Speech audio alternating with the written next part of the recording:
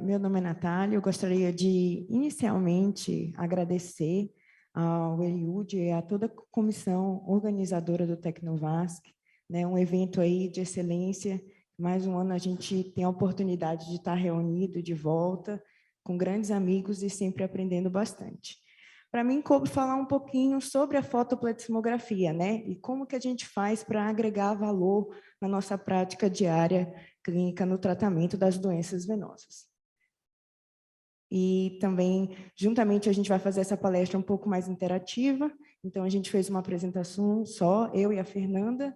Eu vou falar um pouquinho sobre a fotopletismografia e daí ela vai discorrer alguns casos e a gente vai mostrar aí na prática como a gente usa esse exame para poder agregar valor nos nossos tratamentos. O que a gente sabe da fotopletismografia?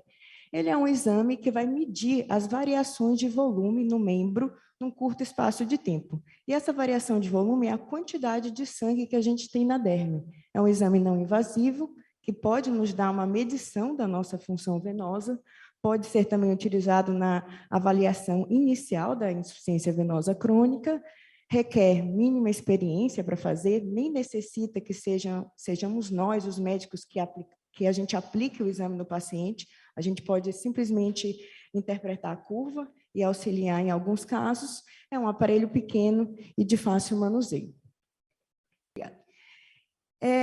Revisando aqui os princípios da fotopletismografia, a gente tem esse aparelho, com esse cabeçote aí, que tem um diodo que vai emitir uma luz infravermelha. E de acordo com a quantidade de sangue que a gente tem na derme, aí a gente vai ter um nível de absorção e refração maior e menor com a alteração do volume do membro após a realização dos exercícios, né? Então, uma pele com mais sangue, ela absorve mais, reflete menos, e com menos sangue, ela absorve menos. E essa diferença, ela vai ser exemplificada num gráfico que a gente pode interpretar e aí sim quantificar a insuficiência venosa do paciente.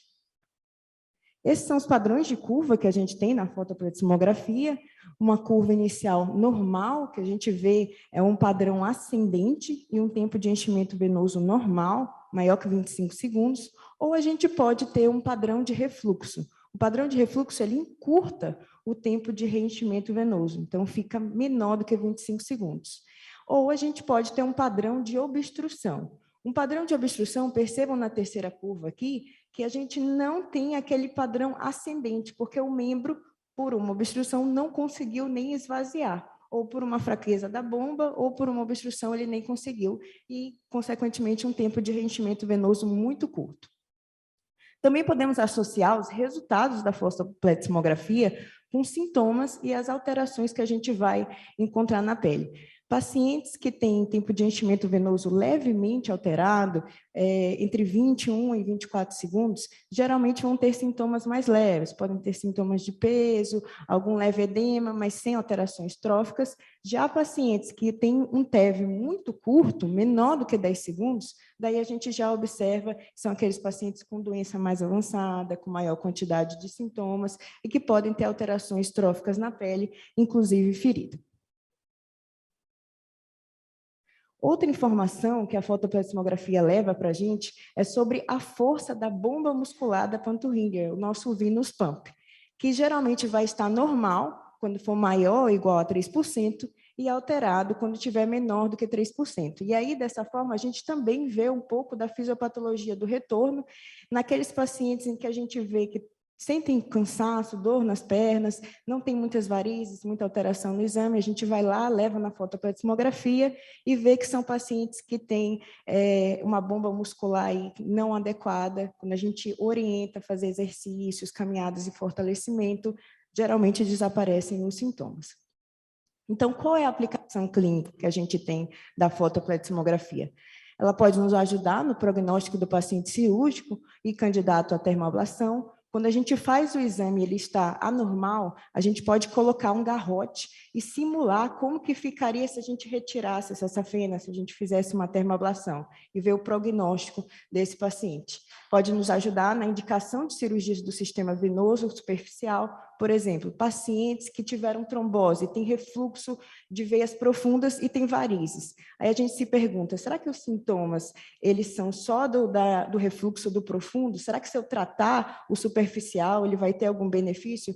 Com a pletismografia, a gente fazendo justamente a aplicação de garrotes, a gente pode prever aí se vai ter essa melhora ou não.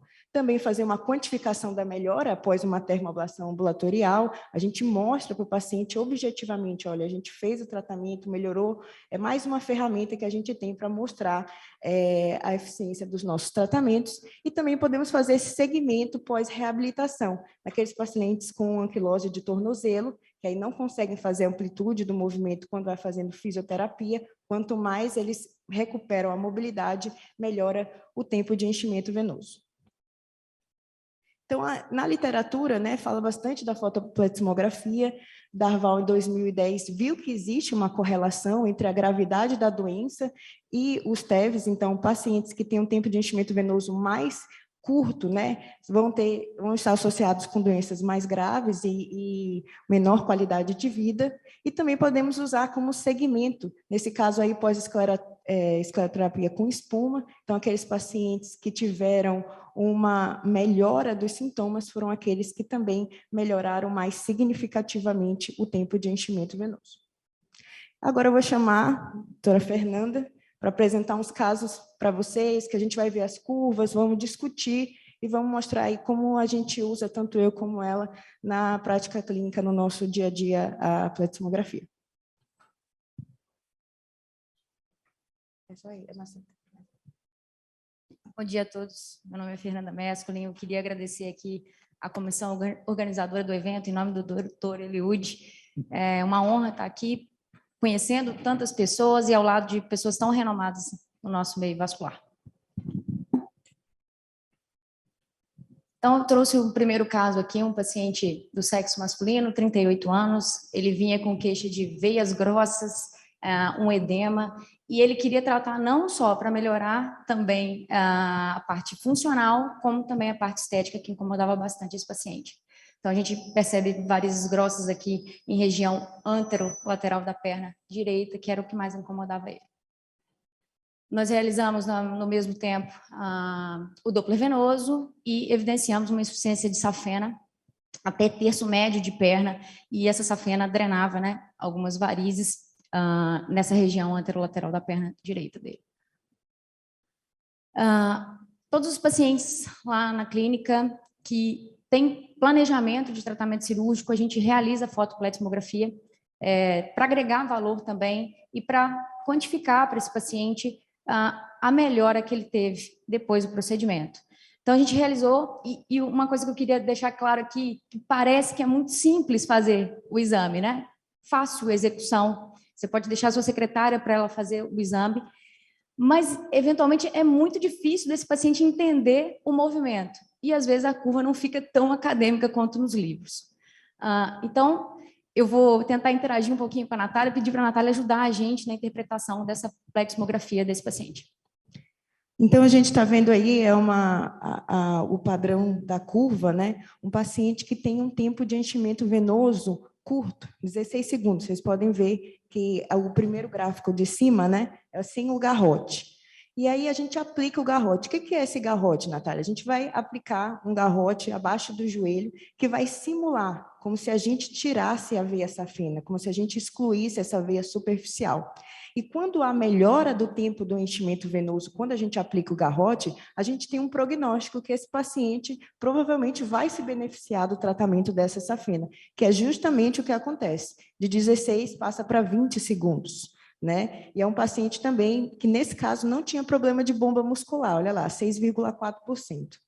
Certo. Então, como estratégia de tratamento, eu realizei a endolesia da safena interna dele, direita, e já fiz flebectomia no mesmo tempo cirúrgico. Essas são imagens só do quinto dia de pós-operatório. E aqui a fotopletismo pós-tratamento. Geralmente eu aguardo 30, 45 dias para realizar esse exame de controle e a gente percebe, né, um bombeamento mantém normal e uma normalização do tempo de enchimento venoso. O paciente está bem, sem dor e satisfeito do ponto de vista estético agora. Um segundo caso, uma paciente do sexo feminino, 36 anos, com queixas principais comuns à doença venosa, né? Dor nas pernas, peso, cansaço, varizes. Só que aqui essa paciente já me referia que tinha medo de cirurgia, que se fosse somente estético, que ela não queria fazer nada. E aí a Pletimo me ajudou a converter esse tratamento, que eu mostrei para ela em números que poderia melhorar a qualidade de vida dela também. Então, a paciente está aqui, ela veio com Doppler externo, ela tinha insuficiência de toda a safena direita e algumas varizes em região medial de coxa e perna. Natália. E já aí nessa fotopletismografia, que a gente olha dessa perna dela, da perna direita, né? Então, a gente tem só um membro. Acima é a sem garrote e a de baixo, a curva de baixo é com garrote. A gente vê que é um tempo de enchimento venoso muito curto, né? Mostrando que realmente é uma paciente muito sintomática, com refluxo importante, 4 segundos. E quando a gente aplica o garrote, vai para 19, ou seja, praticamente normaliza. Então, é uma paciente que vai se beneficiar muito do tratamento dessa safena, do tratamento dessas varizes. Agora, outra informação importante que a gente tem aí é que essa paciente não tem um bombeamento muscular bom. Então, também é importante que a gente fale para ela que no pós-operatório ela tem que fazer um fortalecimento da musculatura da panturrilha para justamente melhorar essa função e ter o desaparecimento completo dos sintomas. No pós-operatório, lá na minha rotina, né, eu peço para que o paciente faça fisioterapia motora pós e drenagem linfática. A gente tem uma fisioterapeuta que o benefício de estar no interior ajuda, né? Então é próximo, ela vai na casa desse paciente, faz a drenagem 2 vezes por semana, por 3 semanas, e já ensina alguns exercícios de fortalecimento muscular.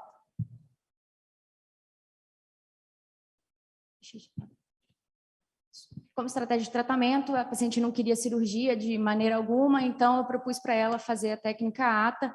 A gente fez endolaser da safena direita e também termoablação das varizes, tudo com anestesia local e sedação.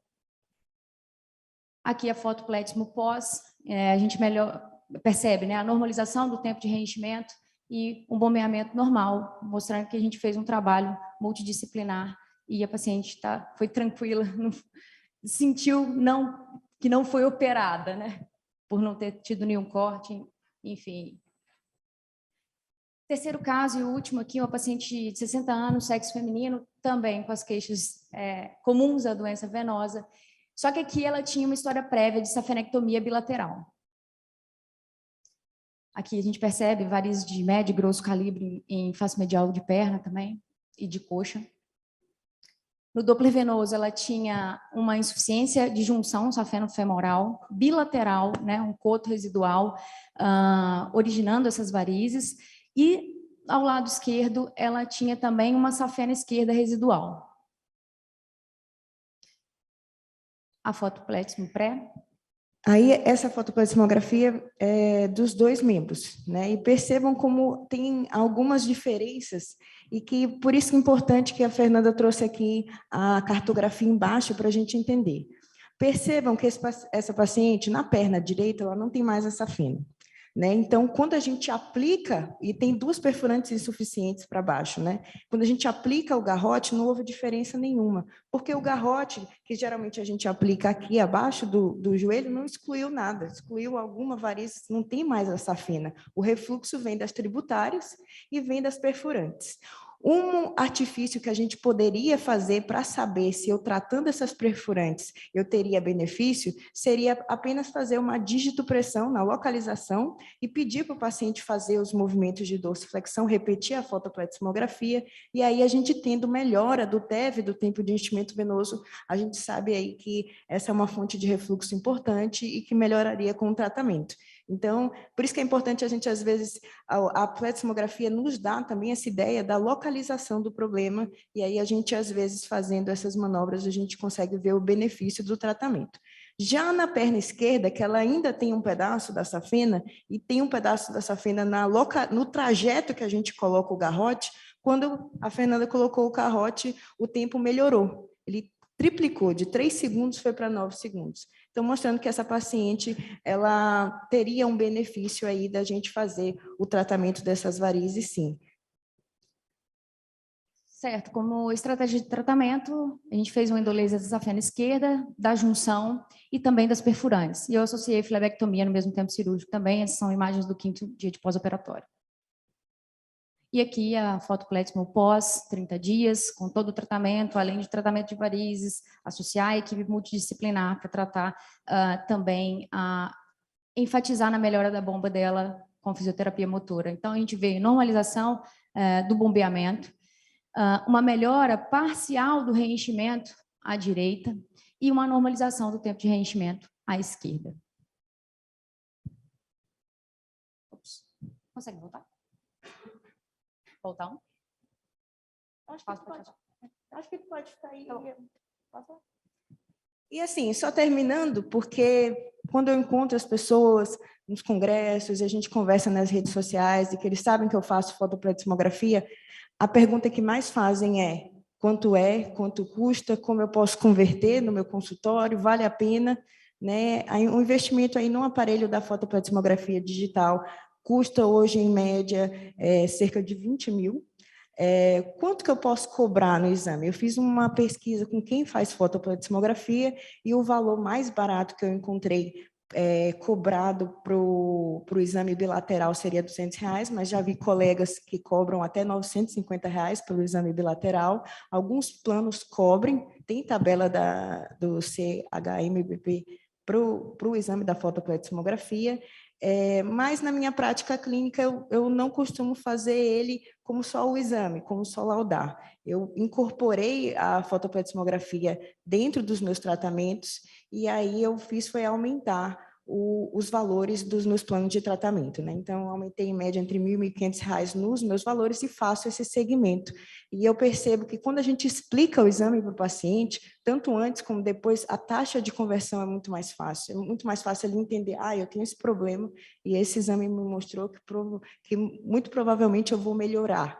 Né? Então, e logo depois da termoablação, a Fernanda geralmente faz com 30 dias, mas eu já cheguei a fazer até 2 dias após a termoablação, e melhora o tempo de enchimento venoso. E o paciente sai super feliz e satisfeito. É um aparelho que não vejo requer manutenção. Eu já trabalhava com ele no Sérgio, mais ou menos 6 anos que eu estava com o Sérgio, e nunca necessitou de nenhuma manutenção. Então, bem tranquilo, bem simples.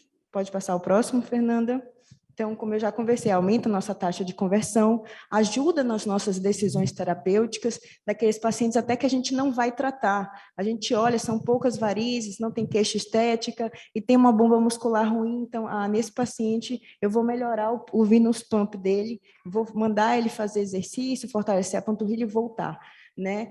Nos dá uma documentação objetiva da função venosa após um tratamento de termoablação, seja qual for o tratamento que você vai fazer, seja a termoablação, seja a cirurgia normal, e faz uma formação de um arquivo para você, se esse for o seu interesse, para uma posterior publicação dos seus casos, dos seus resultados.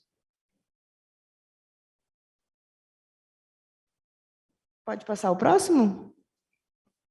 Então, concluindo, a fotopletismografia é uma boa ferramenta para o segmento, tem uma fácil execução, aplicabilidade e comparatividade que já é confirmada na literatura, mostra resultados precoces e quantificáveis após termoablação, mas é uma ferramenta acessória. Eu não vou mentir aqui para vocês que ele é tão fundamental quanto o Doppler, não é. Mas é mais uma ferramenta que a gente pode utilizar aí no nosso dia a dia, tanto para agregar valor, para nos ajudar a mostrar para o paciente a melhora que ele vai ter nos tratamentos e nos ajudar também no raciocínio de como a gente vai tratar a doença venosa desse paciente. Pode passar o próximo, por favor?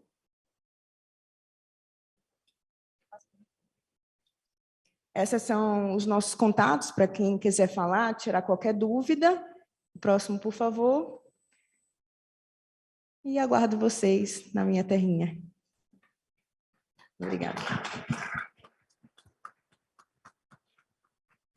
Obrigada, doutora Fernanda, doutora Natália. Você tem algum comentário, Marcos? Bem, na nossa prática clínica, a gente vê cada vez mais a necessidade de, muitas vezes, comprovar para o paciente o que a gente consegue observar na nossa análise clínica, né? E quanto mais a gente atende paciente de insuficiência venosa crônica, mais a gente percebe que muitas vezes ele já veio de N colegas que já avaliaram o paciente. Normalmente, a gente vê uma conduta meio uníssona, né? Aquele paciente sedentário, que tem ali uma hipotrofia de musculatura de panturrilha, que já passou no colega que já passou um flebotônico e meia e foi embora, e flebotônico e meia e foi embora. E quando a gente avalia e fala que ele tem que fazer exercício para fortalecer a musculatura da panturrilha, isso é uma coisa que eu sou muito chato com os pacientes, e eu aprendi isso depois que eu operei meu joelho. O valor da fisioterapia no tratamento de membro inferior, de uma forma geral, é muito importante quando a gente consegue mostrar isso em números para o doente, né? Então, eu acho que sim, obviamente, como a doutora Natália falou, não é uma ferramenta fundamental, mas é uma ferramenta de importância crescente no arsenal terapêutico de acompanhamento do paciente com insuficiência venosa, você conseguir comprovar, e não só isso, você provar para o paciente que a responsabilidade do tratamento também é dele, do ponto de vista dele tem que cuidar de fazer exercício, de fortalecer a musculatura da perna, que só tomando um remedinho, usando a meia, ele não vai conseguir resolver o problema dele. É um tripé, né? Eu acho legal acrescentar aqui que eu acho que 100% de quem está aqui, que atende consultório, já recebeu aquela paciente que fala, eu não quero tratar porque tem pessoas que falam, que tratam e voltam e não vai melhorar. Então, é uma ferramenta a mais para eu falar para esse paciente, olha, você tratou, a gente melhorou. Só que é uma doença crônica, não tem cura, precisa de continuar o acompanhamento. Sim. E aqui você tem a comprovação de que realmente, na época que você tratou, você ficou bem. Sim, eu já tive casos até mais extremos de paciente que já era safenectomizado bilateral e que a gente conseguiu diminuir, quase até fechar a ferida com fisioterapia. Né? Óbvio que a gente precisa aí ter uma rede de fisioterapeutas que colaborem conosco, né? Porque tem muito fisioterapeuta que já mandou o paciente de volta, fala assim, o que eu tenho a ver com isso? Né? Mas a gente sabendo explicar o que a gente precisa e mostrar por A mais B que isso tem uma melhora fundamental no tratamento da insuficiência venosa, eu acho que é uma ferramenta, assim, importantíssima. Bom dia. Bom, doutoras, parabéns pela apresentação, parabéns pela dedicação a esse tema. Realmente é algo totalmente fora da minha prática clínica e, no geral, também acho que a gente vê muito pouco a realização desse exame. Eu queria que vocês me dissessem um pouco mais de detalhe. Quanto tempo vocês fazem esse exame? Né? Se vocês conseguem colocar no consultório de vocês entre uma consulta e outra, ou se vocês têm que marcar uma tarde, por exemplo, fazer, e se você tiver um período, por exemplo, uma tarde, quantos pacientes vocês conseguem fazer? Pelo menos a gente treinou, faço, né? Mais complexo, do ponto de vista varizes, para a gente tirar da região das varizes, alguma lesão na perna que eu tenha que tirar o transdutor da região. Ela é treinada para isso, então ela faz o exame, eu analiso e laudo, né? O que mais? Na verdade, eu não dedico uma tarde só para isso. Então, o paciente, quando vem e já vai fazer a consulta e o Doppler, daí a gente já faz nesse período a fotopletismografia. Se é um exame demorado, não é. Ele dura 15 segundos. Então, você liga o aparelho, ele faz o bip, que ele vai calibrar na pele. E aí, quando é o momento de você fazer a dorsiflexão plantar, que é esse movimento aqui, ele faz um bip, ele faz 8 bips. Bip, aí você faz. Bip, você faz. Isso em 15 segundos. Daí depois o paciente fica completamente parado e aí ele te dá aquela curva. Então, para você fazer com esse engarrote, você gasta 1 minuto. Então, é muito rápido, entendeu? E nos dá esse dado. O que eu também gosto de fazer, eu avalio a curva e se eu olho que tem alguma coisa errada ou não bate com o Doppler do paciente, aí eu refaço no paciente, junto com ele, como ela falou. Não sei se vocês viram a primeira curva, ela não era reta, ela era toda assim, porque provavelmente o paciente não ficou parado. Depois que acabou o exame, ele devia ficar mexendo a perna, e aí isso modifica. Então, às vezes, a gente vê que o paciente ele tem um exame normal e o tempo de enchimento às vezes tão curto é porque ele não fez o movimento direito. Daí o que eu faço? Fico do lado do paciente e faço a dorsiflexão plantar, que aí a gente fazendo do lado, ele... Então, não tem muito tempo que eu também aplico a fotopletismo, comecei no início desse ano a fazer dos pacientes. Mas E na rotina, quando o paciente vai tratar, ele vem um dia antes no consultório, aí eu marco as varizes todas, né, oriento, faço as orientações operatórias e deixo já as pós-operatórias, e ele faz esse exame no dia que ele vai lá acertar tudo. E no outro dia ele vem para operar.